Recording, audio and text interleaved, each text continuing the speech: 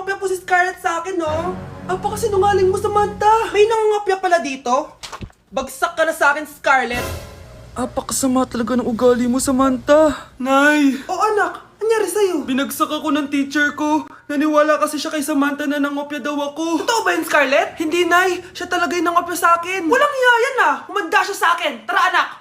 A few moments later. Ma'am, bakit niyo po kami pinatawag dito? Eh kasi yung anak mo, sinungaling. Siya naman talaga yung nangopya kay Scarlett eh. Hindi po totoo yan. Para malaman natin kung sino nagsasabi ng totoo sa inyong dalawa, mag-quiz na lang kayo ulit.